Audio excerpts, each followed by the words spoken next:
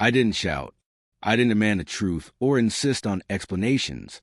I didn't beg her to choose me. I just turned and walked away, quiet, steady, without a single word. She believed I'd cling to her, plead for answers, maybe even fight to win her back. She thought she held all the power. But instead, I vanished. Now she's the one searching, restless, and consumed by a grief she never expected. But the man she's chasing, he doesn't exist anymore. The warning signs had been there all along. Her sudden late nights at work, the way her phone never left her side, the fleeting smiles that never warmed her eyes. I'd noticed every change, but chose to trust her anyway. That trust shattered one evening. She was in the shower when her phone buzzed. The screen lit up a message that sliced at me like a blade. I can't stop thinking about last night. When can I see you again? My heart tightened. My hands curled into fists. But I stayed calm. No outburst, no confrontation. I just sat there staring at the proof that the woman I loved had already given herself to someone else. And in that moment, I knew I wouldn't fight for a place in someone's life if they'd already made space for someone else. That night, while she slept soundly beside me, completely unaware, I began to pack. I took only what I needed, leaving behind her gifts, our shared photographs, every trace of sentiment. None of it meant anything anymore. Standing at the door with my bag over my shoulder and my keys in my hand, I paused, not from hesitation, but because I knew this exact moment would burn itself into her memory for years to come. Then I stepped out into the night, and just like that, I was gone. She woke the next morning expecting nothing unusual. Maybe she stretched. Maybe she checked her phone. Perhaps even smiled at a message from a man she had chosen over me. But then her hand touched the empty space beside her. The warmth was gone. My side of the bed was cold. She looked around and saw the truth. The half-empty wardrobe, the cleared bedside table, my missing keys. Panic rushed in. She called me once, twice, again and again.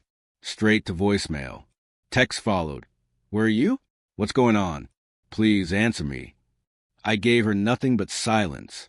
She told herself I just needed space, that I'd be back once I calmed down.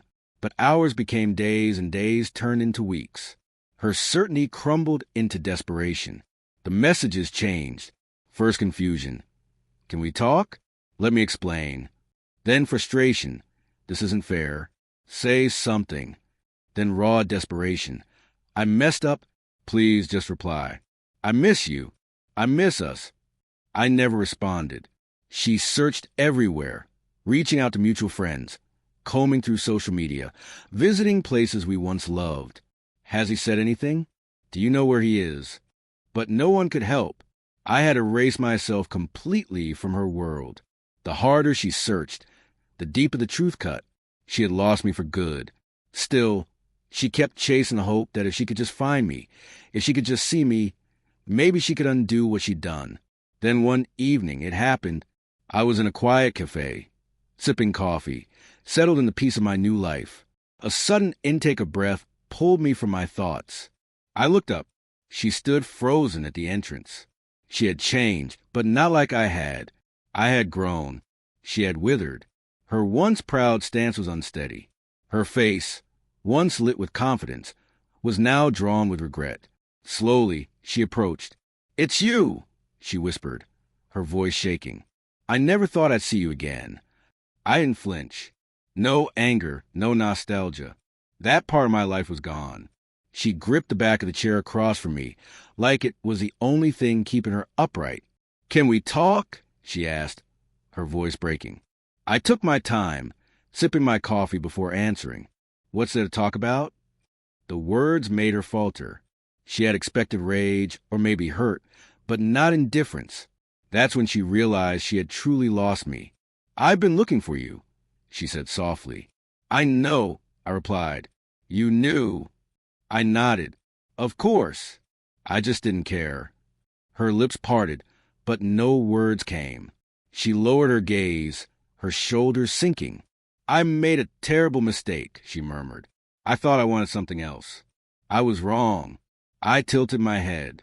"So tell me, Are you here because you regret losing me, or because the life you wanted didn't turn out the way you thought? Her breath caught, but she said nothing. That silence told me everything. She reached for my hand, desperate. Please, just give me a chance to make this right. I looked at her hand, then into her eyes. There's nothing to make right. Tears welled in her eyes. So that's it.